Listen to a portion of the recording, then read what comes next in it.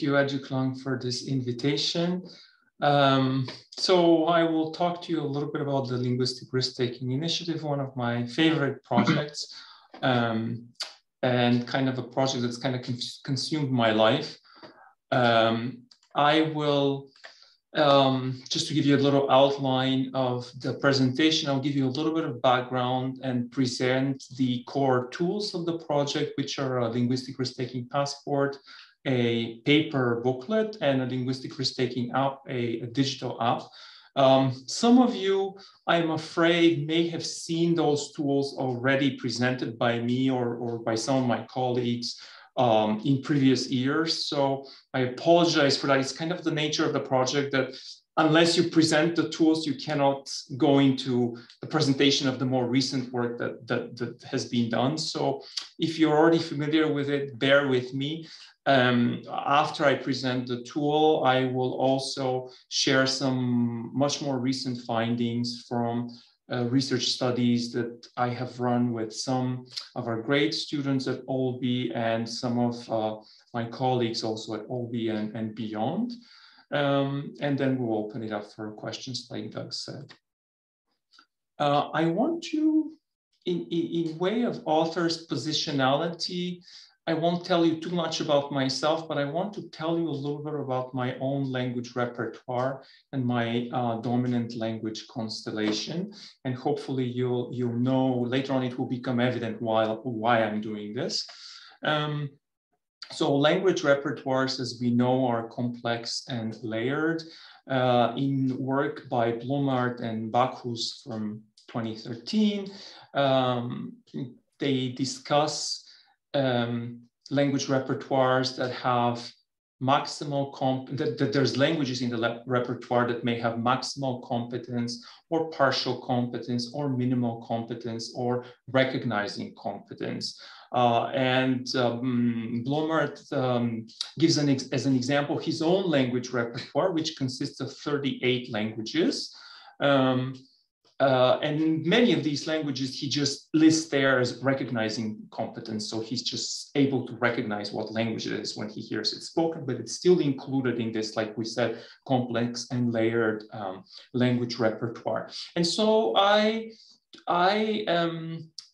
thought about myself and about my life and professional experiences and started listing some of these languages that are in my repertoire. And I didn't include languages with recognizing competence. I included only languages in which I have maximal, partial, minimal, or minimal competence.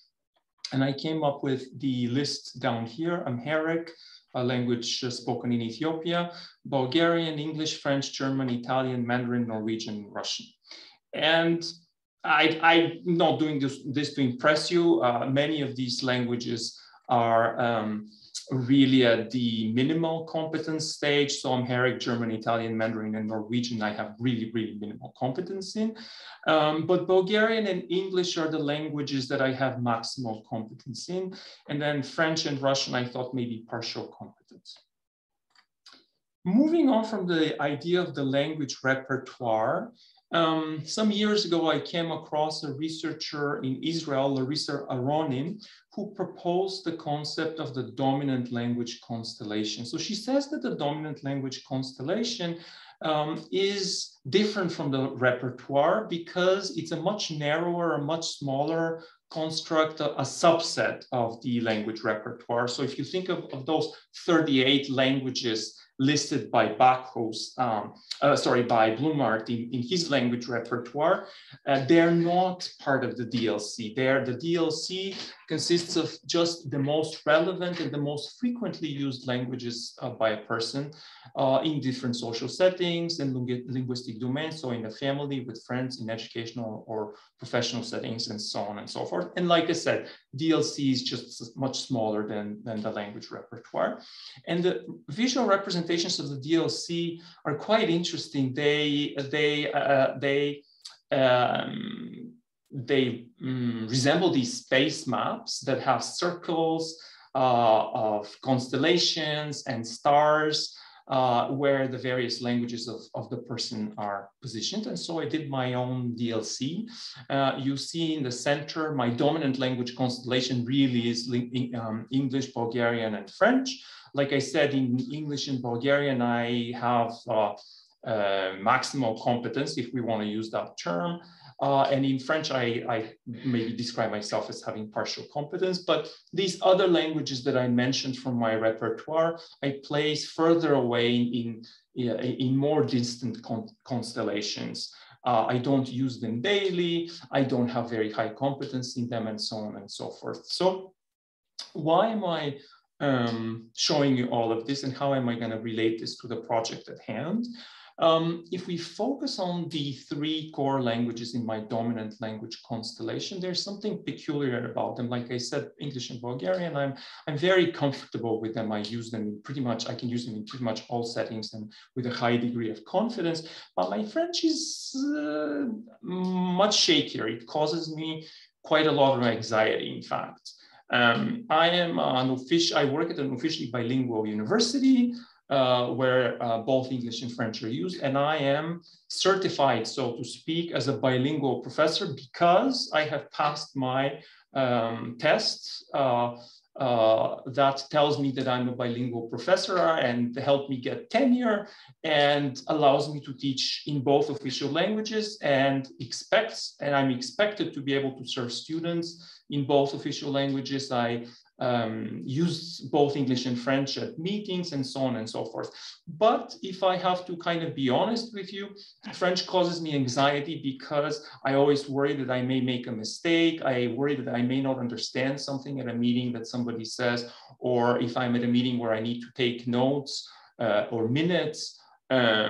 It makes me nervous if I have to take minutes in French because I worry that I may not be as accurate. I worry that sometimes maybe a student may come to my office and address me in French, and when I try to respond, maybe I won't make myself as clear as I would in English, and so on. So I have 2 options.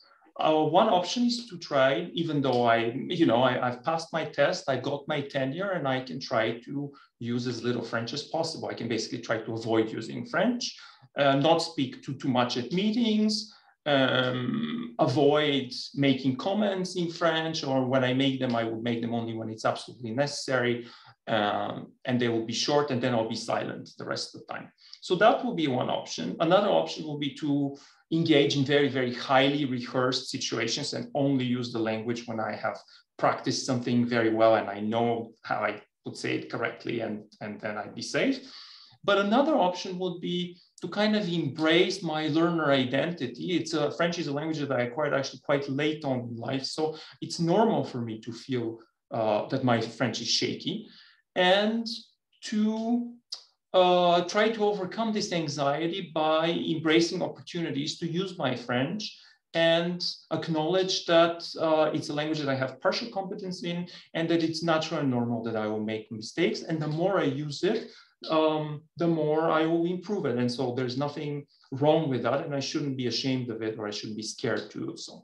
So here is where the construct of linguistic risk-taking comes into place. A linguistic risk is this authentic, autonomous communicative act that happens in real life, not in the language classroom. And learners of a language are pushed out of their linguistic comfort zone to engage in a meaningful language practice. And by doing this, they achieve a level of awareness of both the challenge at stake and also the benefits, though, of overcoming that challenge. Linguistic risks, I sometimes view them as 2 sides of the same coin. On the one side, we have the language anxiety, the stresses, the pressures, kind of facing your demons, like I already mentioned. But on the other hand, there's the thrill, the enjoyment, the feeling of accomplishment, success, and increased competence from taking risks. So it's obvious that when we take risks, we may feel a little anxious because we may be misunderstood, we may misunderstand others, we may make errors. It's sometimes challenging to change our existing language habits. So if I'm used to speaking in English to someone, it may be difficult to, or feel weird or odd to all of a sudden start speaking to them in French. Sometimes you may feel judged or criticized. But nonetheless, it's worth taking linguistic risks because this is where the magic happens. This is how you increase your confidence, your competence. It gives you pleasure, and it increases your productivity. It doesn't leave you in just this passive domain of merely understanding the language, but it gives you opportunities to productively use it. And it's an example of autonomous language learning. Okay, so here's what I propose. Let's play a game. From now on each slide where you see a lightning bolt, I invite you to turn on your mic and say, en français, s'il vous plaît, or type a message in the chat to that effect. And this will make me switch the language of the presentation to French. It will push me out of my comfort zone and probably increase my anxiety level because, like I said, French is still a risk language for me. But it may also increase my enjoyment in this presentation or give me a sense of accomplishment if I feel that I'm doing okay in this linguistically and cognitively challenging task in front of a live Zoom audience. So pay attention, the lightning bolt may appear in different corners of the slides and maybe smaller on some slides. Okay, ready? En français, s'il vous plaît. En français. En français, s'il vous plaît. En français. Ok, voilà. En français. Alors, à l'Université d'Ottawa, à l'ELOB, on a créé un passeport de prise de risque linguistique. Et le but était d'encourager les étudiants d'utiliser le français langue seconde ou anglais langue seconde. On a distribué le passeport dans des cours de FLS ou ISL. Et les étudiants cochent les risques linguistiques qui sont dans le passeport et qui sont pertinents pour eux. Les étudiants peuvent choisir leurs risques. Donc, ce n'est pas nécessaire de choisir tous les risques, de prendre tous les risques dans le passeport. Et après avoir pris 20 risques dans une session, les étudiants peuvent soumettre leur passeport pour un tirage au sort. Okay, so there's a personal details page in the passport where students write their names, their email address, and then we can contact them in case they win an award. Did anyone notice? En français, s'il vous plaît. Merci. Dans le passeport, nous avons des pages avec des explications pour la raison d'être de l'initiative. Donc, c'est quoi un risque linguistique? Pourquoi c'est important de prendre des risques? Comment je peux participer dans cette initiative? Comment je peux soumettre mon passeport pour le tirage au sort, etc. The passport has actually over 80 risks included. And learners, when they complete the passport, they're asked to check boxes for risks that they have taken and also tell us how they felt at the time of taking this risk and tell us if they felt this was a high, medium, or low risk for them. En français, s'il vous plaît. Français, s'il vous plaît. Comme je l'ai déjà mentionné, nous avons un tirage au sort avec des prix et on donne des cartes cadeaux, des billets pour des événements, etc. Learners can also propose their own risks and write them in the blank pages of the passport. So here's a few examples of risks that we didn't think of including initially, but students wrote them, and then in subsequent versions of the passports, we included them.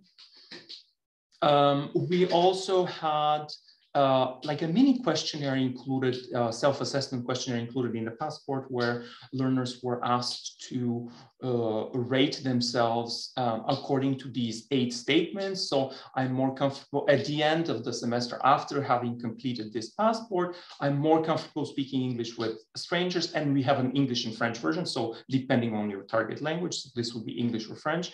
So I'm more comfortable speaking English with strangers. I'm more comfortable speaking English or French with people I know. Overall, I'm more comfortable taking risks. I'm more likely to communicate in English or in French outside of the classroom. I'm inspired to use my second language. My confidence has improved. The passport has helped me discover new opportunities for practicing the target language. And overall, this experience has had a positive impact on my English skills.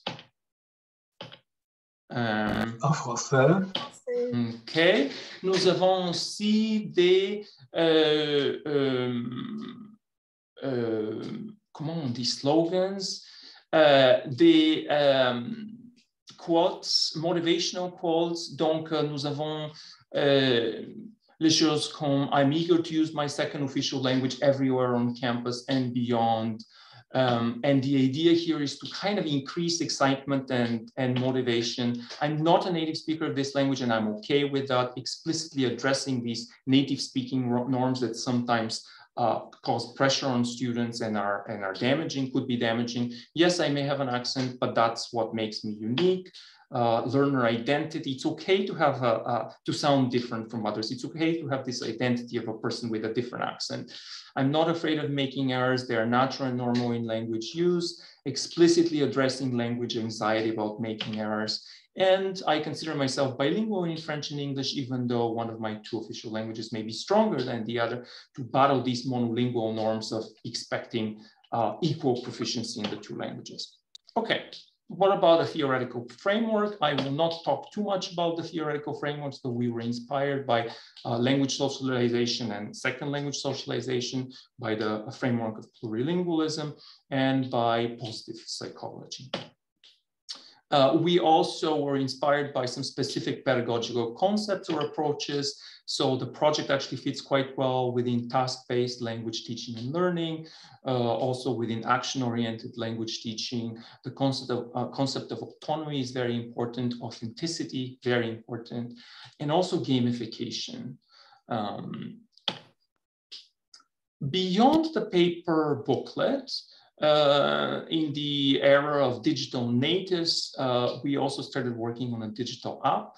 And so here is a version of the digital app that I will very briefly demo for you. This is a splash screen that we get when the app starts. This is the main screen of the app. Here are some of the main buttons, and here you see that there's different levels in the app. So depending on how many risks I've taken, I go through bronze, gold, platinum, and so on. And as you see here, this learner has reached the gold medal, having taken 40 risks. Here's the menu of the app with the different sections. So the profile, if you remember those pages from the paper booklet, that explain the raison d'être du passeport, the rules of engagement, and so on. They're also in the app. The self-assessment. En français, Nicolas. OK, ouais. nous avons aussi l'auto-évaluation ici et d'autres options. Je vais fermer le menu et on va encore sur l'écran principal. Here I clicked on the risks menu, and so here is a list of all the risks. So I think over 80 currently risks. So if I scroll down, I'll see the different risks, and I see that this student has taken some of these risks. So for example, number 3, that student has already taken it 2 times. And I'm going to take it a 3rd time. So I'll click on this checkbox here. I imagine that I'm at the health services and I am going to speak in French there. So I pull out my phone and I check this risk. And it brings me to this screen where I see that I've already done this risk twice and I've received 2 stamps for it. And now I'm going to do it a 3rd time and receive a 3rd stamp. I'm asked to evaluate it as high, medium, or low. It's high risk for me, so this is what I've selected. I'll confirm. Et voila, I received my 3rd stamp after confirming. Okay. Now, if I click to, if I go back to the main screen, I can also decide to analyze my risks. In other words, look at my learner statistics. So here I have options to review my risks, see how many risks I've taken over the past year. So see last year in January and February and March, I took 13 risks in January, 17 in February, and 10 in March. I can also view statistic based on the skill. So here we have reading, writing, oral interaction, and listening. So you see that if we assume that this is me, I can see that I have taken very few writing risks. So maybe next month I'll decide to take more writing risks and up my statistics, increase this bar here. Another way of tracking my performance would be by theme. So risks are also categorized by theme. So you see I've taken mostly risks on campus. There's a special category called academic risks. There's daily, technology, and leisure. So I can also self-analyze based on this category. Okay, so après avoir pris 20 risques, à la fin de la session, je peux soumettre mon passeport et voilà, mon passeport a été soumis au tirage au sort. So this was a very, very brief demonstration of the app. In fact, this version of the app no longer exists because we have taken it down and we're redesigning it. So I can tell you more at the end, but I just wanted to give you an example of it. Both the Passport 2 and the digital app, in addition to being tools to increase effective teaching and help learners, they're also data collection tools for us to do research. So we can run quantitative data, such as analyze the number and type and category of risks taken by students, frequency, risk repetition, time span of activities, proposed additional risks, learner self-assessment and perceived usefulness of the tool, and so on. We've also run some interviews with teachers who use the passports and with learners who have used the passports. And so here is the part where I want to briefly highlight the results of a few recent or not so recent studies that we have published based on the tools that I just briefly presented to you. If you remember earlier, I showed you how the Passport 2 had the self-assessment section where there were 8 statements. I read them to you earlier in English. Now I've listed them here in French. These statements were designed under my supervision by my wonderful student, Stephanie Marshall, who wrote an MRP based on this project. Later on, we also harvested the data and analyzed the responses to these statements. So we took 163 learners' responses to these statements and analyze them along the scale of strongly agree to strongly disagree. We see that for almost all categories, the highest response rate is from the agree category, so that's a good thing. The strongly agree category is the next most frequent answer in most cases. So if we look at it slightly differently using a pie chart, we see that the 2 categories, agree plus strongly agree, account for around 78% of the answers on these on all these statements. So this is a pretty good it's a pretty good indication that students are happy with this overall, and that they feel that the passport helps with their level of confidence, level of competence, level of ability to take risks. Another recent study that I'd like to highlight. Okay. Nous avons publié une étude, mon étudiant Ed Griffiths et moi, dans le Canadian Journal of Applied Linguistics. C'était en étude, il y avait des aspects théoriques où nous avons discuté les risques et les tâches. It was a special issue on TBLT, Task-Based Language Teaching and Learning. Donc, on a défini les risques comme des tâches qui sont une tâche spéciale qui contient des aspects emotional. So we really argue that risks are in effect tasks, but they're not like all other tasks. They're a special kind of task that has emotional aspects, because cette idée de l'anxiété langagière, mais aussi le plaisir qu'on a quand on peut prendre des risques. Ça, c'est la définition spécifique de risque. Et ça, c'est la catégorie de tâches qui est représentée par le risque. We also did some thematic analysis in this study where we interviewed, Ed interviewed teachers who had used the linguistic risk-taking passport and identified 3 different themes that emerged from the data. The theme of helping students to take linguistic risks beyond the classroom and to build autonomy. There was quite a lot of data that the teachers shared with us, indicating that they use the tool in a way to support learners to build their autonomy in their language learning. And that makes sense when you send them out of the classroom to go in the real world and use the language. It's a very good example of autonomous language learning. The second theme was learner engagement, interest, and personal investment. We got some emerging data showing evidence for the tool serving as a way of increasing personal investment and interest among the students.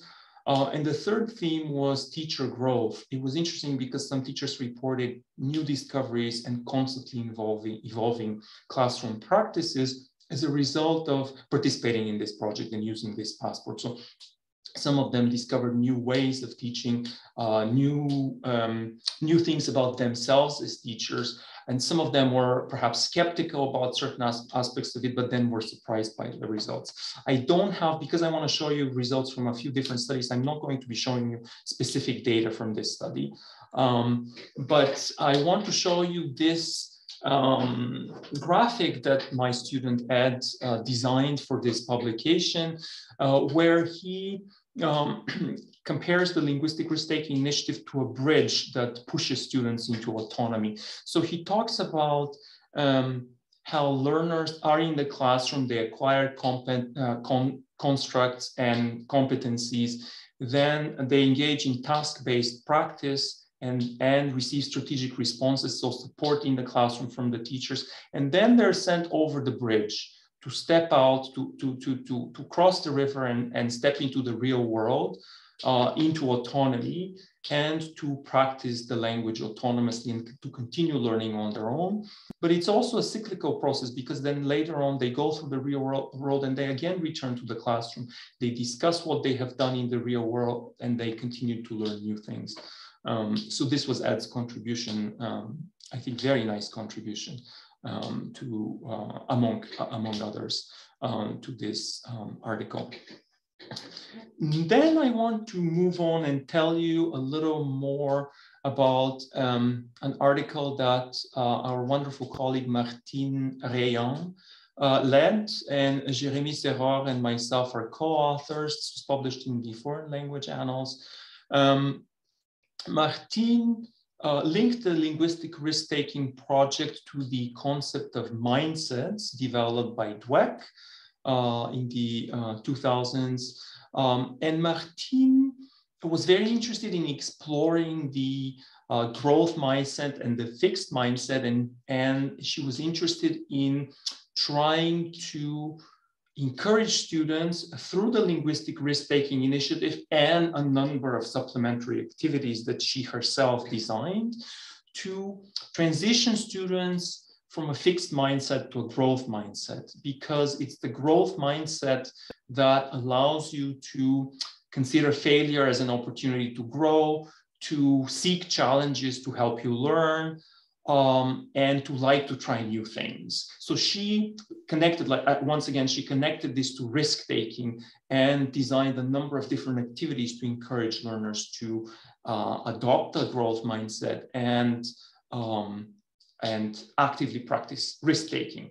She also discussed well-known concepts from the literature on the psychology of language learning, such as directional motivational currents, inner voice, ideal L2 self, L2 visualizations, and she designed specific activities that she implemented in the classroom for those. This was also participatory action research where there were surveys distributed among the students with, we have various data from that, led by Martine again. And one of the things that she worked on was goal setting. So she worked with students on setting specific goals for taking specific risks and then coming to the classroom, reporting what risks they took, and then setting new goals for the next week or for the next time period where they will take new risks and so on. And she distributed surveys over 4 semesters on this, at the end of the term asking them if they felt like as a result of doing these activities, they increased their use of the French language in real life. And as you see, it's interesting, in the first semester she did this, actually more students said no than yes. But over time, with the second semester already, by again participating in this project, she had overturned the responses. So more students said, actually, yes, we feel like we do use more French at the end of the semester as a result of using these activities. And then you see in semester 3 and 4, very, very clearly, many more students agree that they use more French as a result of participating in the project. Same thing applies to perceived added motivation. So students eventually felt more motivated to use the French language after participating in this project. And these are self-reports. This is not experimental work. Okay, I'm moving on. I know time is advancing. I'm moving on to another study that was done with another wonderful, wonderful student, Farhad Rudy, and so this is not published yet. This is an article that's under revision, but hopefully it will be published soon. So Farhad was very interested in gamification, and he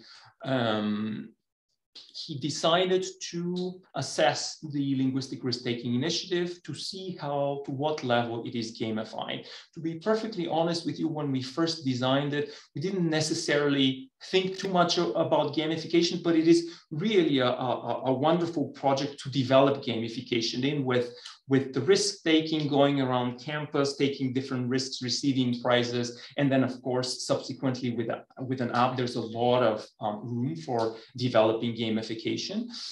So what did we do here?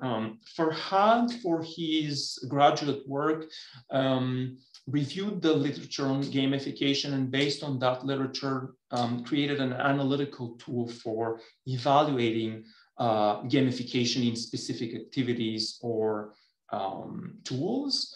And he created this, like I said, created this tool where he listed different game elements and different gamification elements and went through the different aspects of the initiative and painstakingly evaluated them against this tool that he designed.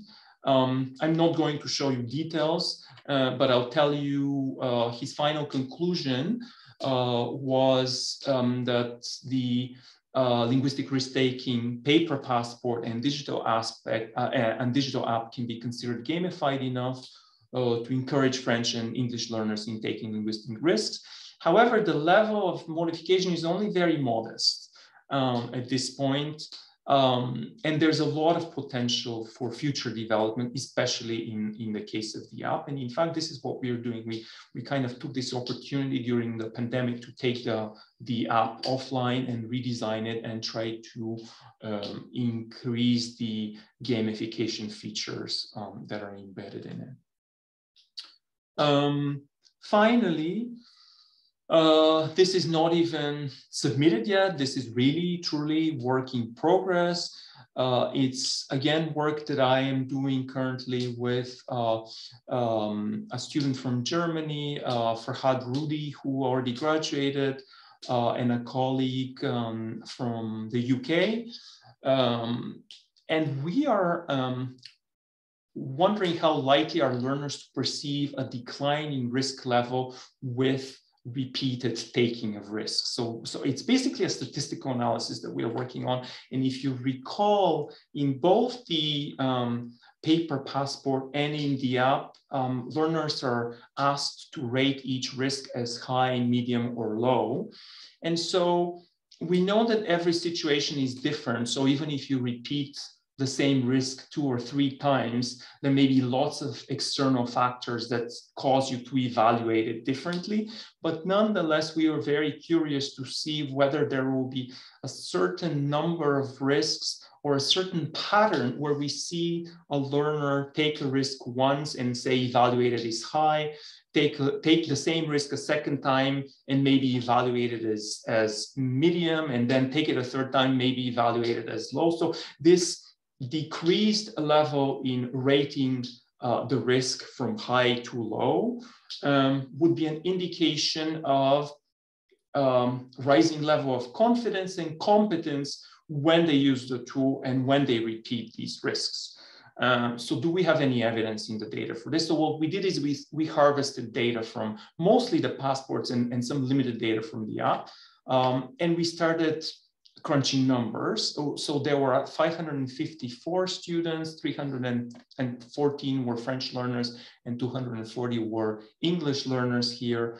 And we analyzed the high, medium, low ratings, looking for descending patterns, ascending patterns, constant patterns. So if it's always, oh, I always rate this risk as high, high, high, or low, low, low, and variant patterns. Sometimes it could be first time I say it's low risk, the next time I say it's high risk, and then the third time I say it's medium risk. So we don't know, right, what goes in the learner mind when they check those boxes.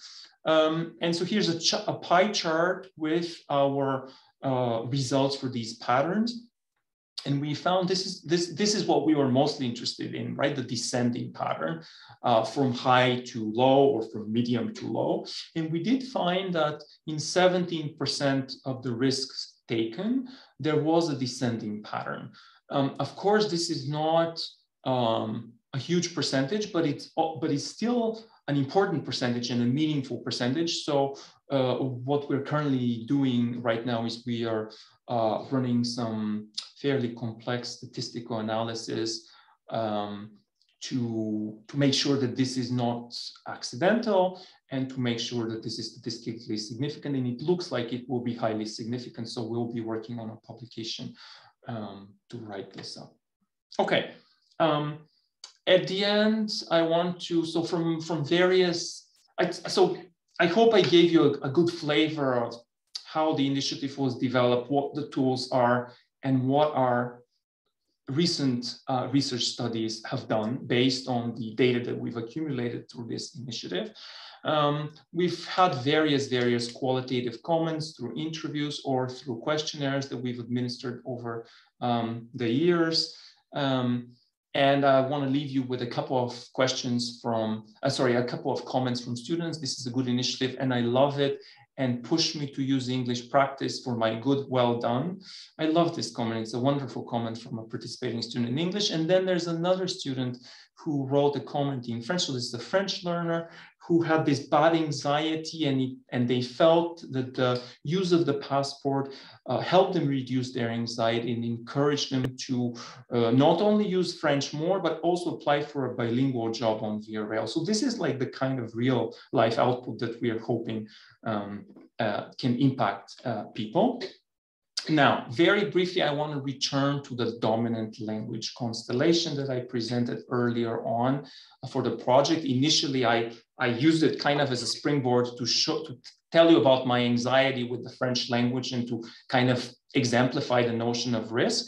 But I want to return to the dominant language constellation here because, as we know, we have various languages in our dominant language constellation, and this type of project doesn't necessarily need to be based only on our official languages in Canada.